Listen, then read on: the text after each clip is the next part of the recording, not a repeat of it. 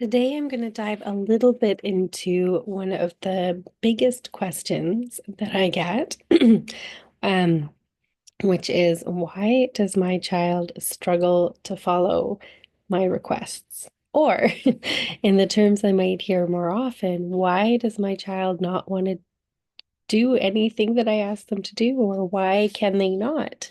Um, so after going a little bit into my experience and training yesterday, I want to share with you some things that will help you what's happening. When kids are not following maybe simple instructions to do with daily life.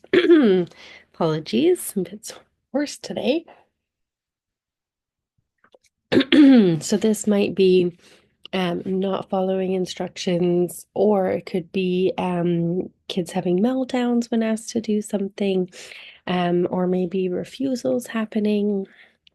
So, any of those situations. Now, the first thing that I want to clear up is if your child is not following instructions or doing what you've asked them to do, this does not mean that they are being difficult or they're choosing not to listen. There's a number of different things that can be going on. I won't be going into all of them today because that would be a really long video. But I just wanted to highlight some of some simple things that might be going on, because I'm a firm believer that understanding is half the battle of helping kids. So I want you to have some other things in mind when you're thinking about why these things might be happening. So number one, there could be some things happening with kids in regards to processing delays.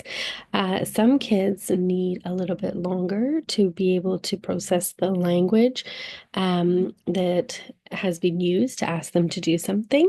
Perhaps it was a long instruction and kids need more processing time to be able to filter through and see what's really needed. It may be to do with the complexity of what's asked or simply just needing more processing time to take it in, to be able to figure out what to do, and then to be able to get started too.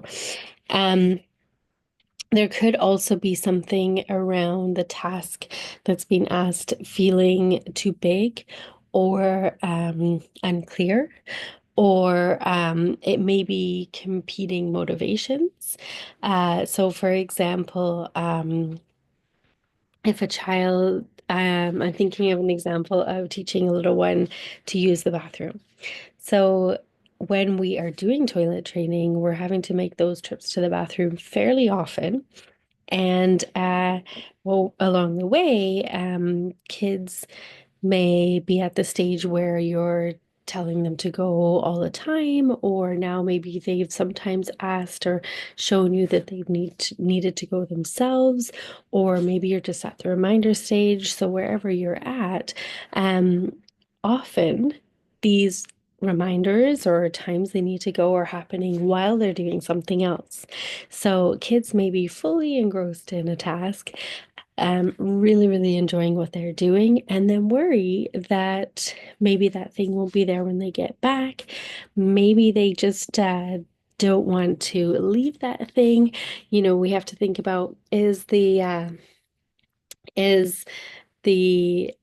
activity such as going to the toilet able to compete with what they're doing in the present moment. Maybe they're building their best creation ever in Lego, and now they are either their body is telling them they need to go, so that's the demand, or maybe you're reminding them it's time to try.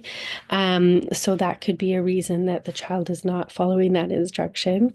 Also, um, we've talked about processing delays, a task feeling too big or unclear, competing motivations, and also um, kids may not know that that instruction is for them. So that is something else to think about.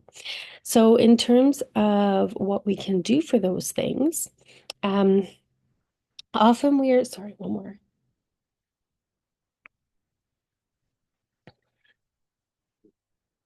Often we are um, told to get kids' attention first. I wanted to address this because there's two sides of this coin. So on the one hand, yes, it can be really helpful to get a kid's attention first. Um, and you can do that by working on their kid um, knowing when you call their name to look or to pay attention, or you can use a visual cue or a more natural way. Actually, I shouldn't say more natural way because calling your kid's name is also a natural way. But another way is to engage with them first or be already engaging with your child and interacting with your child when you give that instruction. So they're already paying attention to you. Um, they're already engaged when you give that instruction.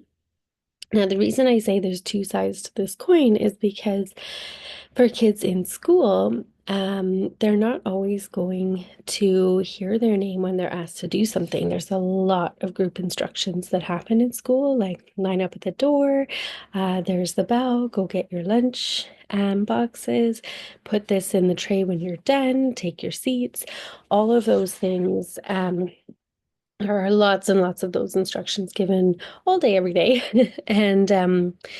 And so if your child only knows to follow an instruction when their name is given, then that can just be a little bit of a disadvantage when it comes to those group instructions.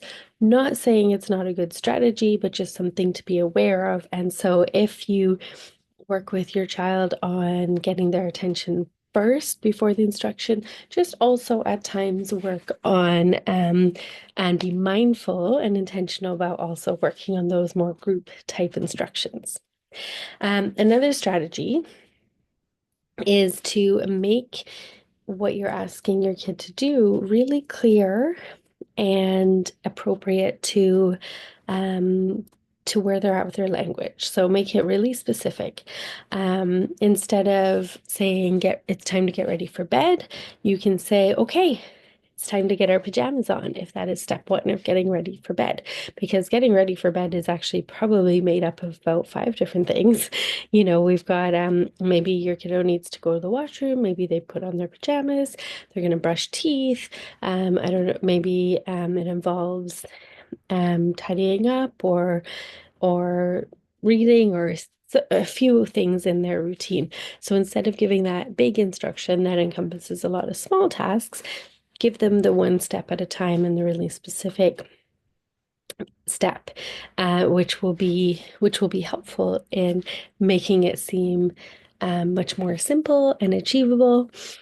And we also want to really recognize all those times that kids are following what we ask them to do.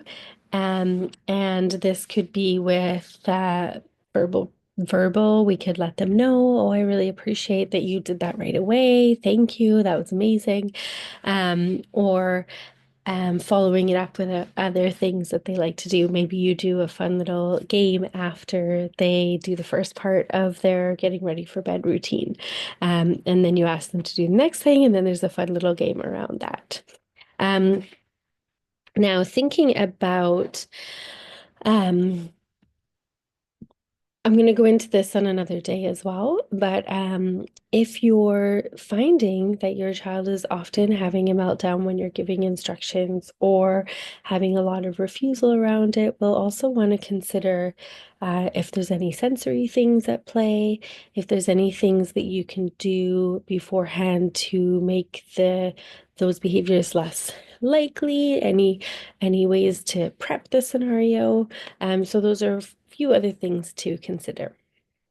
Now, these are just a few tips to start or things to consider that when you're thinking about your child not following what you've asked or often engaging in meltdowns when you ask them to do something. I wanted to give you a few other perspectives of things to think about what's going on in terms of having that processing time, the feeling of how big that task is, maybe the language used, also the different motivations that might be at play. If we go with the example of bedtime, there might also be tiredness in play there. And just wanted to give you some of those things to consider to help make those routines and instructions go a little bit better.